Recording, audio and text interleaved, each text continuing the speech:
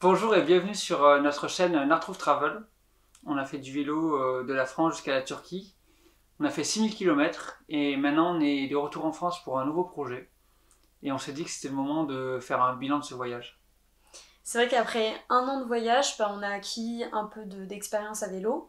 Et on a eu des questions sur Instagram, sur notre voyage. Et il y a des questions aussi qu'on a écrites nous-mêmes, parce qu'on s'est dit qu'on pourrait répondre à des questions que toi, tu peux te poser derrière, sur notre type de voyage. On va faire un petit bilan de cette année.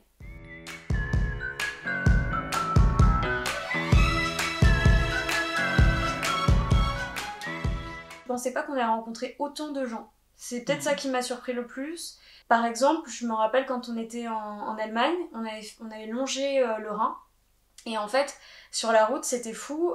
Toute la journée, il y avait des gens en fait, qui nous disaient bonjour tout le temps, hyper souriants, hyper gentils et tout. Et je me disais, c'est fou quoi. On n'aurait pas les gros sacs. Je sais pas si les gens ils auraient fait attention à nous. Bonjour.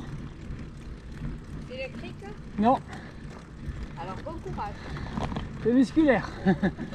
Merci. Et voilà, en fait, c'est que tu as vraiment des rencontres qui sont tout le temps. Il y a forcément les rencontres de quand tu dors chez les gens. Qui est en train de jouer?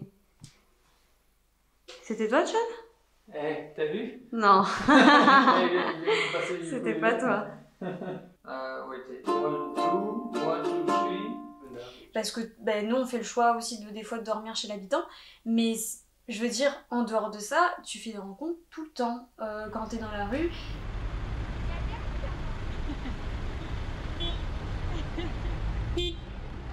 Je suis assez d'accord avec toi. Je pense qu'on n'a pas anticipé le fait que les vélos nous rendent aussi sympathiques. Et pour moi, il y a un deuxième truc aussi qui m'a beaucoup marqué. Je pensais pas qu'on mettrait autant de temps, enfin que ça mettait autant de temps pour traverser un paysage. Aussi, Parce qu'on est tellement habitué à la voiture où tu vois une montagne et au bout de 20 minutes tu la vois plus parce que t'es passé. Là, quand il faut 2 jours pour contourner la montagne, tu la vois pendant 2 jours, tu vois qu'elle. Je sais pas, c'est une notion du temps qui est un peu différente. Et ça, c'est à vivre et c'est difficile à imaginer avant.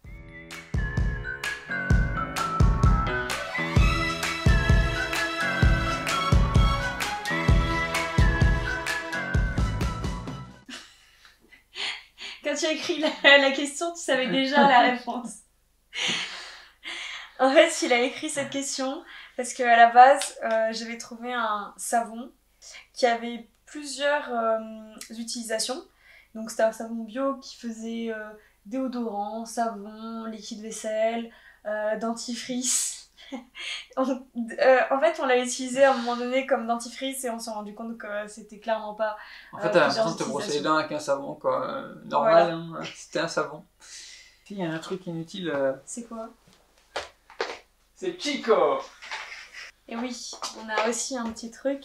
Voilà. Qui ne sert absolument pas. Ouais. This is a little gift from me. Thank you. Yeah. Ouais. Et on nous a offert 2-3 cadeaux en Turquie, mais il y en a qui ont cassé. Ouais. Et lui, il a tenu le coup. C'est un peu le risque à vélo, hein, du coup. Hein, voilà. que... Mais Chico, il est costaud et du coup, on l'a transporté. Voilà, ça fait un souvenir.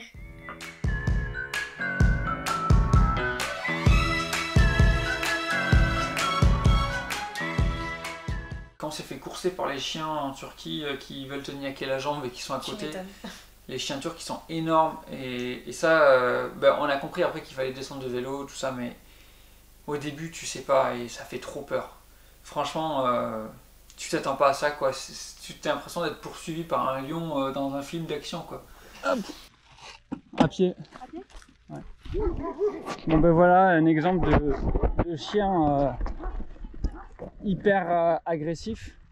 Et donc là il y a le fils de paysan du coin qui nous escorte pour pas qu'on se fasse attaquer par les chiens parce qu'ils sont méga gros. Alors lui il a pas peur, mais nous quand il nous voit à vélo, le chien. Regarde comment il est gentil avec. Ah, avec les gamins, il n'y a pas de problème. Ouais. Tu sais courir des rimes.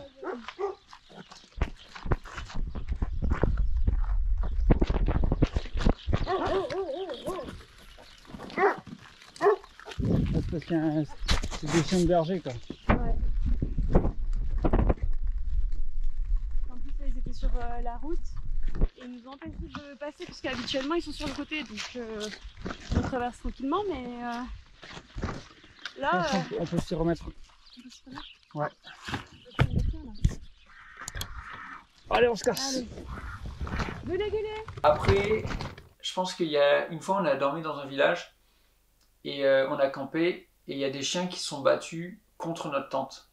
Et t'es dans la tente et t'entends juste, t'as l'impression qu'il y a 2 ours qui sont en train de se dévorer quoi. Donc ça c'est vachement impressionnant aussi. C'est marrant parce que du coup je pense plutôt à la route. Ouais, parce que t'es pas allé sur ton vélo. Alors il y a eu 2 moments précisément où j'ai eu très peur à vélo. C'était évidemment quand on est arrivé à Istanbul. Malheureusement on n'a pas les images, mais c'était assez impressionnant. Et puis il y avait une fois aussi, c'était à Nantes, donc c'était en France. Et on était sur une départementale. En France, on ne prenait pas du tout de nationale. Et on s'est retrouvé sur une départementale qui faisait vraiment nationale. Ça ressemblait à une autoroute même. Hein. Ouais, les voitures allaient très vite. Et en fait, on s'est rapidement retrouvé entre les voitures parce qu'en fait, il y avait des entrées un peu de partout. Et là, j'avoue que j'ai eu très peur. Mais en fait, quand tu compares avec Istanbul, je pense Istanbul est quand même à un niveau... en fait, Istanbul, faut imaginer que c'est une sorte de périph' parisien.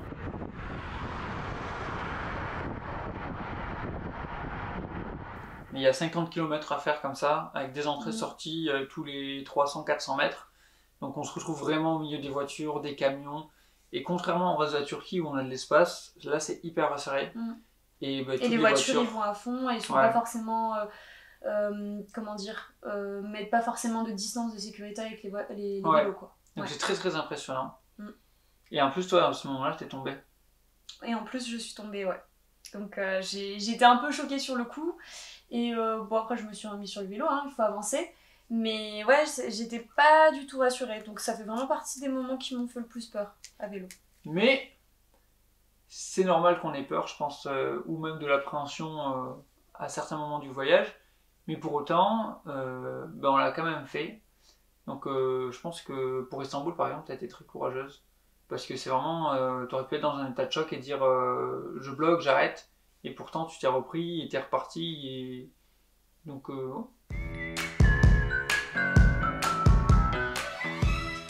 oui. Oui. Alors, entre nous ou ça peut être entre nous ou tendu tout court avec Alors, des situations tendues.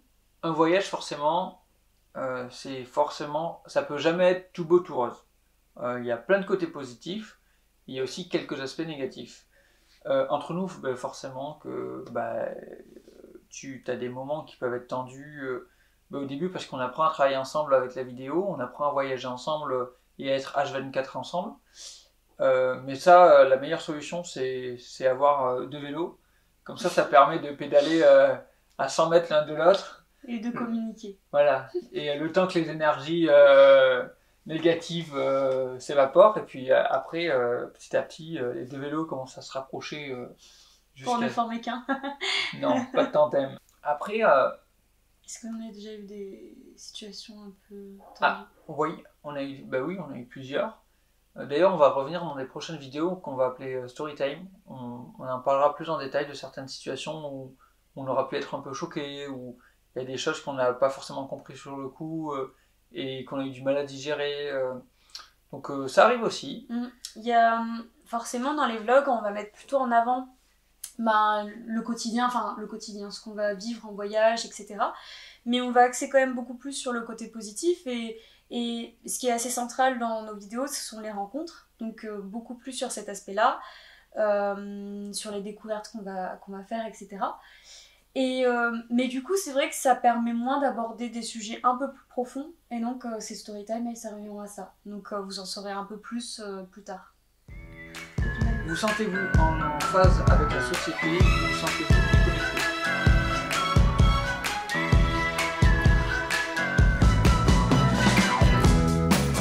C'est difficile ça. Ouais, c'est difficile à répondre. Je pense que dans tous les cas, on est un peu dans un décalage par rapport à la société. Parce que même comme type de voyage, c'est pas forcément un voyage qui est mis en avant. C'est vrai qu'il y a une grande mode des voyages de manière générale, hein, les gens ils voyagent de plus en plus. Il y a aussi les voyages en van qui sont très démocratisés.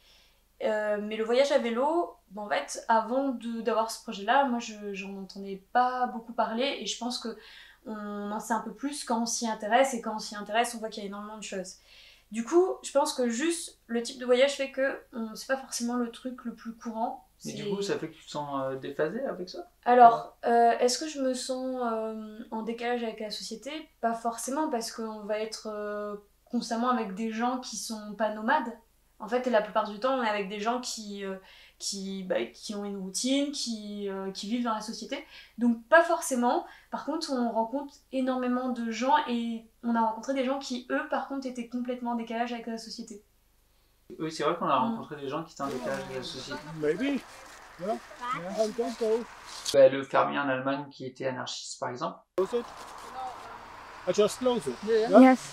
Et par contre, moi, je me trouve hyper en phase avec la société. Ouais. Parce que je trouve que dans les voyages, on a un déphasage culturel qui est normal.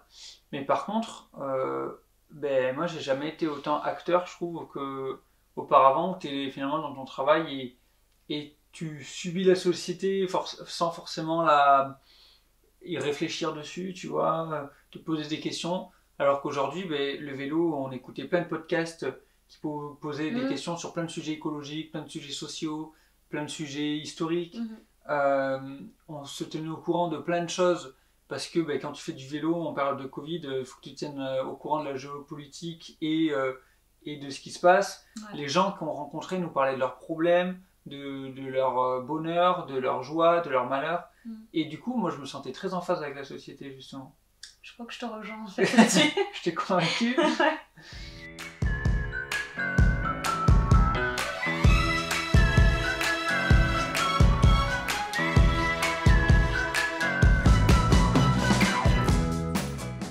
La suite, c'est que...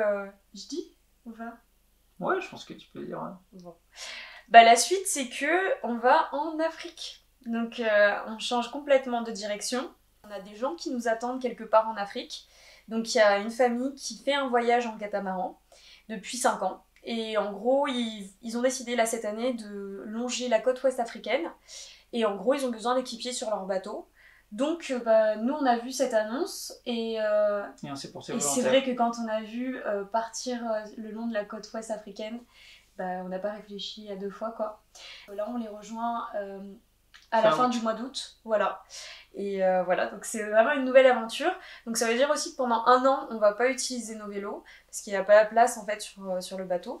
Mais ça ne veut pas dire que c'est la fin du voyage à vélo, parce qu'on compte les reprendre une fois qu'on aura fait ces 1 an en bateau.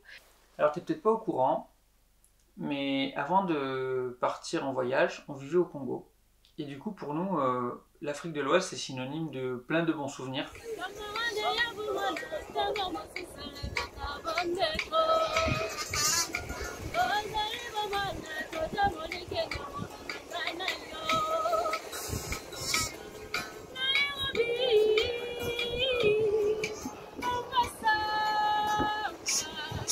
Je sais pas ce que ça va donner en Afrique de l'Ouest, mais on se dit que il y a moyen que ce soit assez vivant comme ce qu'on avait pu voir au Congo, donc c'est que ça nous manque un peu. Ouais.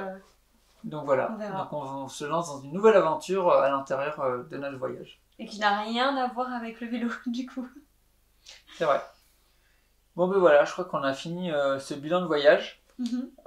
J'espère que tu as appris des choses, que ça t'a donné envie de voyager.